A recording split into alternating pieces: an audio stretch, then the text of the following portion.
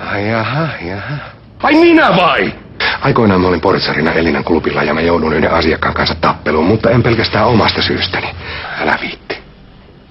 Mä tiedän, että sä oot kosiskellut Ossia jo pidemmän aikaa. Anteeksi, että mä oon myöhässä, mutta mä tulin kukkakaupan kautta. Ei ihmettä, Julia on sua ylistänyt. Ei mikään. Eihän multa kysy kukaan koskaan mitään.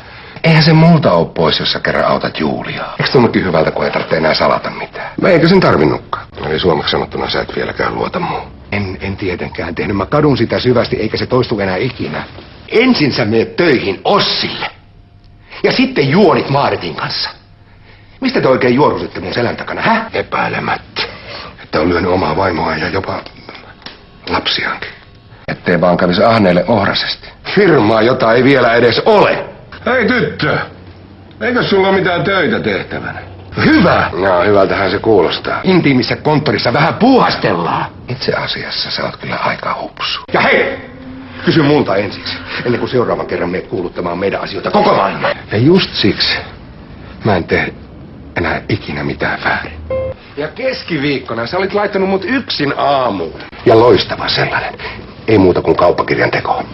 Ja mä olin oikeassa sen suhteen, että sä oot mustasukkainen Ossista. Ja mä oon tässä vähän miettinyt. Ja meidän Casanova on taas vauhdissa. Ja mene sinä aikas kuluksi vaikka hikkaamaan noita lehtihyllyjä. Ja miksi sä oot niin ihmeen kiinnostunut Ossin vapaa-ajan vietosta? Ja minkähän sortin yrittäjää sinäkin mukaan olet? Ja niin mä aionkin. Mun menneisyydestä. Ja niinpä sä käytit tilaisuutta hyväksesi. Ja sellaista työtä, missä meikäläinen ei voi ainakaan pahemmin mokata. Ja Tanja on samaa mieltä. Ja tässähän sulla on toimitusjohtaja jo valmiina ja kokemusta sitä on. Jaha, ja mikähän se puolue mahtaa olla? Jahas. Jostakin asioista. Niistä on vain niin hirveän vaikea puhua.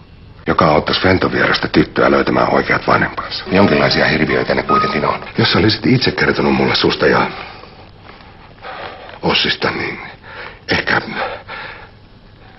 ehkä mun olisi ollut helpompi käsitellä sitä. Just sopivaa aikaa.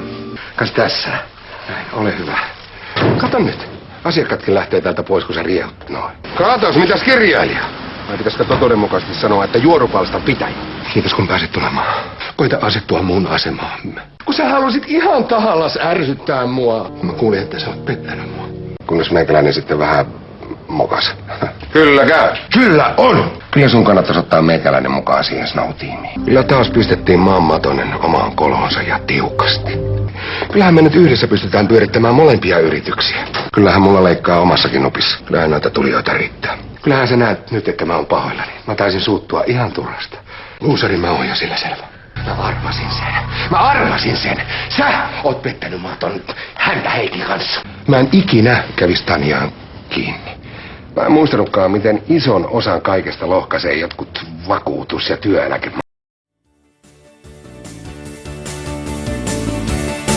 On himojensa Pasi nyt vanki, mutta pääse koskaan enussimaan.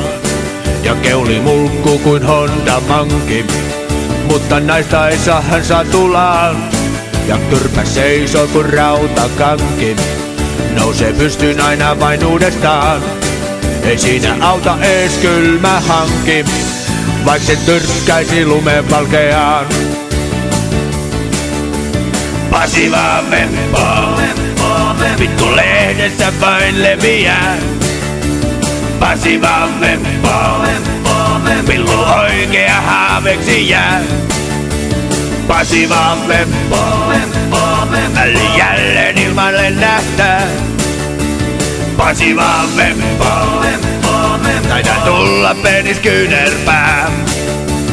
Pasi vaan vempoo, vittu lehdessä vain leviää. Pasi vaan vempoo, pilku oikea haaveksi jää. Pasi vaan vempoo, väli jälleen ilmalle nähtää. Pasi vaan vempoo.